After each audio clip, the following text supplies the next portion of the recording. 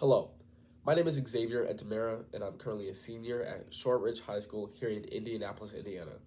I'm here to tell you about my journey and why going to an HBCU is really important to me. My journey starts in kindergarten because that is when I realized that I want to be an engineer. Then, when I was in first grade, my mom and I moved to Chicago from Indianapolis, and from there, that is when I started Scouts. It was suggested by a family friend that I join Cub Scouts so that I could meet people, meet friends, and learn valuable life skills. And both my mom and I were hesitant at first, but after that first camping trip, neither one of us ever looked back. I have absolutely no regrets about my experience, but there were many barriers that I had to overcome. While in school, I was placed in gifted classes when I was in third grade. And this was an immense honor, but it also came with its own challenges. I was one of the only black kids in any of my gifted classes that I've ever been in. And the challenge that comes with that is being, well, feeling like you're an outsider, feeling like you're not welcome, which in many cases was absolutely the truth. It was very difficult to overcome this challenge, but I was able to do that through scouting. But unfortunately, the first Boy Scout troop that I joined while in middle school was that same way. I was one of two black kids out of over 100 scouts. And so my mom and I made the decision to switch troops and find a place that I could feel more welcome. And we found this in Troop 534, Hay, based out of Chicago, Illinois, on the Greater South Side.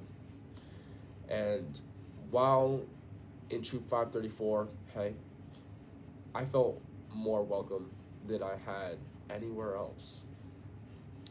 I was able to find people with like minded interests, but also a community of other black scouts, which is something that now I find very important and I value highly.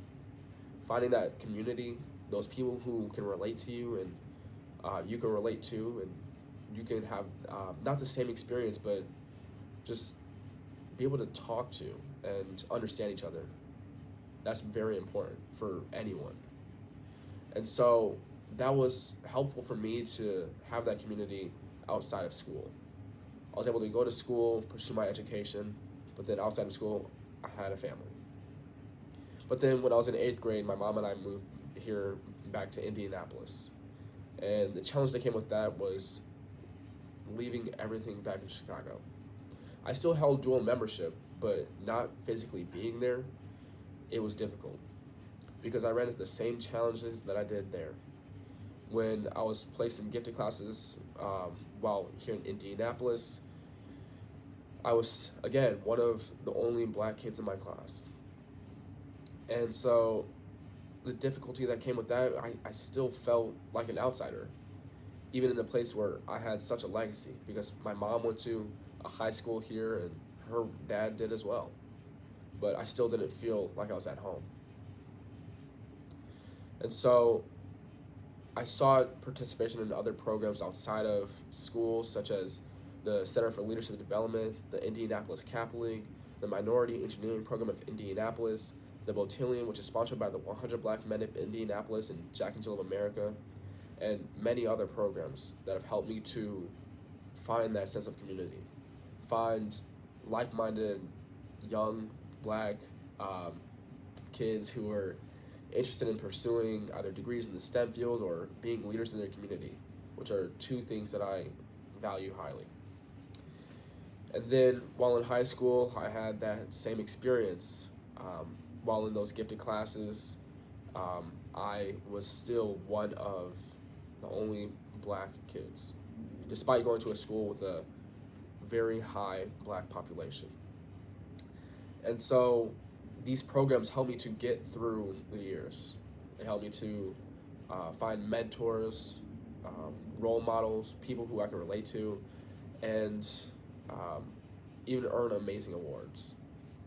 Because even though I left Chicago, I still had a connection with Mr. Eddie Banks Sr., who was a scoutmaster for Troop 534. Hey, And it was because of him and the many amazing role models that I've had in my life that I've been able to earn awards such as Eagle Scout of the Year, Eagle Scout Project of the Year, the Medal of Merit, and the Certificate of Merit, and many others, such as becoming an Eagle Scout, because I'm Eagle number 93 out of Troop 534. Hey. Um, and the reason they count that is so that they can track the legacy, because 4% of scouts become Eagle Scouts, but only 1% of those are black. And 93 of those black Eagles come from Troop 534. Hey. And so that shows that legacy, and that's something that I want to carry on. I want to be able to be a role model for others in the same way that Mr. Banks, my mom, and many others have in my life. And to do that, I want to go to an HBCU for a multitude of reasons. Firstly, the community. Now, whatever HBCU I go to, the plan is to go to Howard, but even if I don't go to Howard, whichever one I choose, they have a community that is irreplaceable. A community that you are able to find like-minded people, where in the gifted classes at the HBCUs, you're able to not be the only black kid, because you are the majority. Whereas my whole life I've lived as the minority. So being able to be in that different setting, it's just amazing. There's no other way to put it. It's an experience that I'll be able to learn from and be able to use in other settings. I'll be able to be a role model for others in my community and teach them about their own goals and guide them on their path, such as how Mr. Sylvester Smith has done for me. And he has done this by helping me to complete my Eagle Scout project for Boy Scouts. For my project, I built a 40-foot bridge at Jameson Camp here in Indianapolis, Indiana. And he served as the lead engineer. I was a project manager, but I could not have done it without him. He served as a role model for me through the hardest times. He helped me in so many ways, even outside of completing the Eagle project. But the biggest way is he inspired me to pursue a degree in civil engineering. Now, I've always known that I wanted to be an engineer since kindergarten, like I previously stated. But it was by completing my Eagle project that I was able to affirm my goal of becoming a civil engineer. I wanted to be able to save the environment through improved infrastructure, specifically in urban neighborhoods, such as the ones that I've grown up in. And I attribute that to him. He, as well as many other mentors and role models, have guided me on my own path and my own goals. And so going to an HBCU, I'll be able to have the experience where I'm able to learn from others and then take that back to my community and guide others on their own path. But even professionally, going to an HBCU has so many amazing opportunities. I'm able to make so many connections and meet amazing people from all over the world. And I want to be those amazing people in the future. But to do that, I need to go to an HBCU so I can pursue that education. But I can't do that without your help. So that is why I'm here asking for your support.